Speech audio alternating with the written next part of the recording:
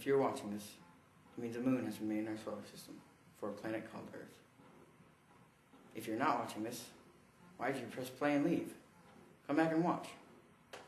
But if a moon hasn't been made in our solar system, then why am I here talking about this? I'm wasting my time here when I could be wasting it somewhere else. And if that is the case, press stop and move on with your life.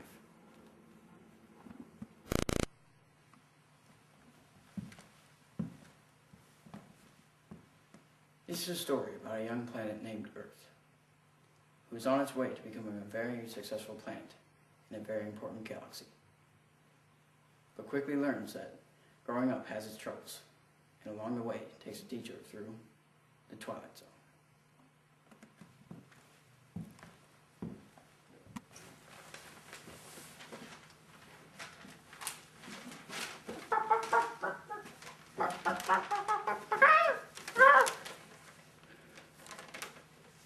In the beginning of our solar system, there were an estimated large number of planetesimals, one of which was Earth, and the other was about the size of Mars.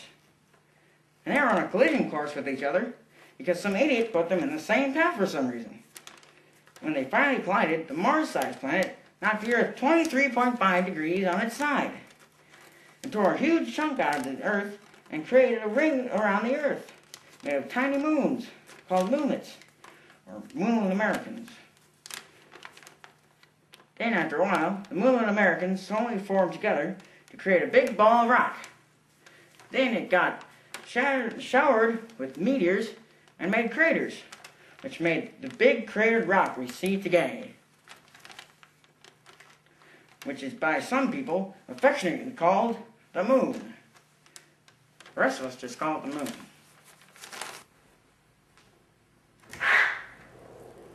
Hey, how was your trip? It sucked.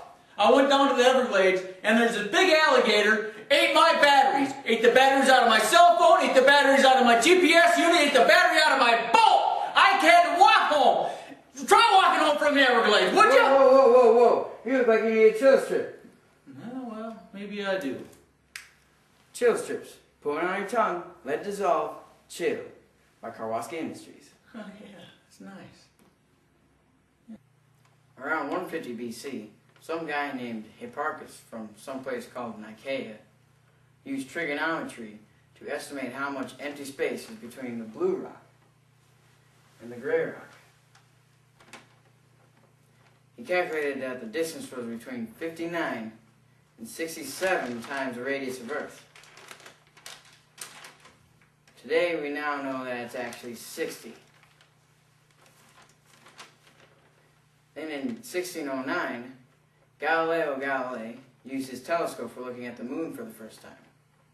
The girl across the street went to Rome to visit her brother for a few weeks. And with the telescope he could see hills, valleys, seas, which in Latin is Maria, and little green people waving at him and looking at him with their own telescope. Now because Galileo couldn't see very far with his telescope, or couldn't see very clearly, or he just didn't know how to use the dang thing, we in the future created a big old telescope to look at the moon. And we discovered that there were not seas on the moon, only craters. Since Galileo named the craters when he thought they were seas, we still use the names he made today, such as the Sea of Tranquility, the Sea of Saw, the Sea of etc., etc. And because of that, whenever we find a new crater, we have to use C in the name. So thank Galileo for any past confusion, and if you have any future confusion, you are a big dummy. And I am surprised that you're even able to play this video. No, really, I bet you don't even know how to work a switch. I'm really smurfing amazed. Jeez. Enjoy this commercial break. I dare you. I think I need a chill strip. Mr.Owl, how many licks does it take to get to the Tootsie Roll center of a Tootsie Pop? Let's find out. 1, 2, 3. I was gonna eat that, you jerk. I was just trying to... No, you didn't have to show me. All I wanted was a simple answer to my question. I'm sorry, but... I'm sorry? That's it? Do you know I spent the rest of my allowance money on that? And all you have to say is, I'm sorry? Well, I thought you were giving it to me. Oh yeah? Well, I wasn't. I was just showing it to you so you can answer the question.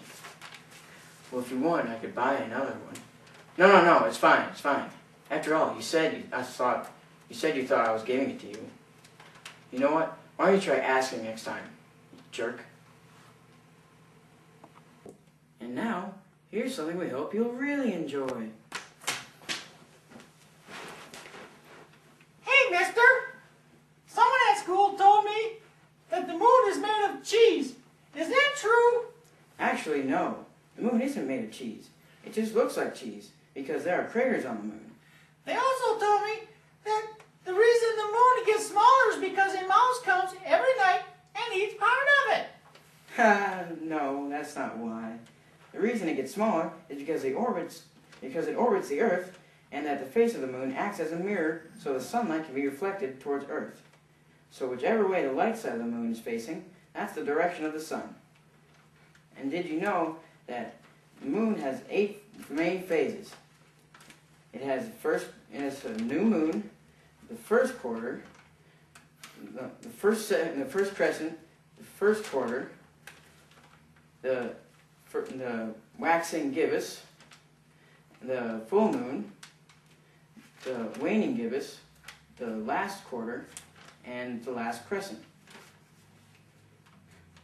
And we can only always see one side of the moon.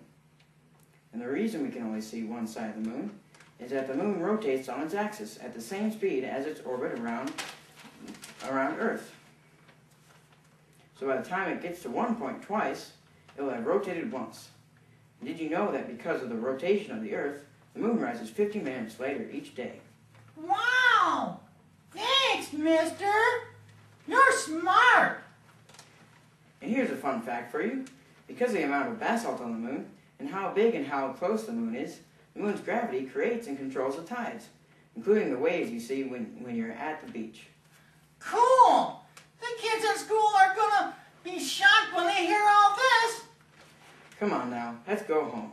It's getting dark. Okay.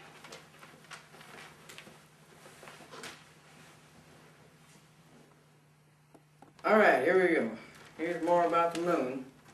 So gather around, kids, because it's story time again. Now, as most of us know, the moon rises in the east and sets in the west on a good day. And don't ask me what it is on a bad day, because I don't know. Okay? It's just what they tell me. Now, the reason it does this is because the moon orbits the Earth, and the Earth is elliptical, and the orbit is elliptical. And they have special names for our special moon. When it's closest to us, or farthest from us. Perigee is closest, and apogee is furthest.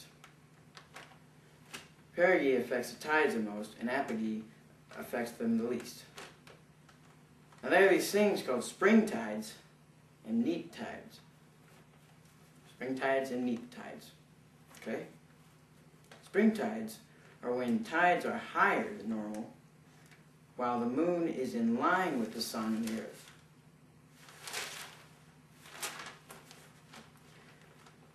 And neap tides are lower than normal, while the moon is perpendicular to the Earth and the sun. Eclipses are also eventually a part of the moon's orbit. Because the moon and Earth are opaque, both of their shadows have 2 parts, the umbra and the penumbra. The umbra is the total shadow within the penumbra, which is the partial shadow. Now you're probably asking yourself, what is a shadow? If you are, you're probably also asking, what and the Earth, and/or how to stop words? If you are, I can't help you with that. There are 2 types of eclipses, lunar and solar. For a lunar eclipse to happen, the moon has to be behind the Earth, and the sun in front of the Earth, and the moon has to have at least part of itself in the umbra of the Earth. Not the penumbra, because you can't see it in the penumbra. You can only see it in the umbra. A total lunar eclipse happens when all the moon is in the umbra, and a partial lunar eclipse happens when only part of the moon is in the umbra.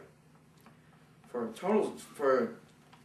a solar eclipse to happen, Earth must be behind the moon, and the sun must be in front of the moon. A total solar eclipse happens where the umbra of the moon hits the Earth, and a partial solar eclipse happens where the penumbra of the moon hits the Earth. There's also something called an annular solar eclipse, which is when the umbra of the moon doesn't touch the Earth, and you can see a dark circle inside the sun circle. So the moon looks smaller than the sun. And we'll be back with more after our commercial break. We don't have a commercial break. What, no commercial break? No. I thought we had a commercial break. Union said no. Guess not. Okay then, next part, here we go. Around January 2nd, 1959, the Soviet Union launched Luna 1, which was the first man-made spacecraft to fly by the moon. And with the data they collected, they discovered that the moon has no magnetic field.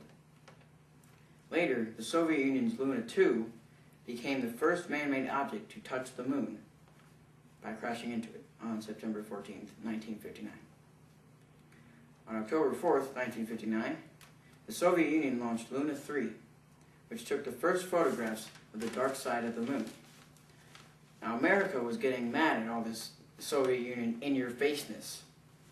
So on May 25th, 1961, President John F. Kennedy made a speech that pledged to land a man on the moon and return him safely to Earth before 1970. Possibly the most famous part of his speech was, "We choose to go to the moon. We choose to go to the moon in this decade and do the other things. Not because they are easy, but because they are hard. Because that goal will serve to organize and measure the best of our energies and skills. Because that challenge is one that we are willing to accept, one we are unwilling to postpone, and one which we intend to win, and the others too." From that moment on, America had officially entered the space race. 5 years later, on February 3rd, 1966, the Soviet Union's Luna 9 safely landed on the moon. A panoramic view from its TV cameras was relayed to Earth before the batteries died. Apparently, someone forgot to charge the dang thing before it launched.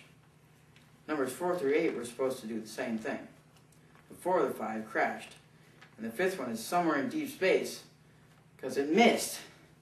How do you miss an 81 quintillion ton, 2,160 mile diameter object in the sky?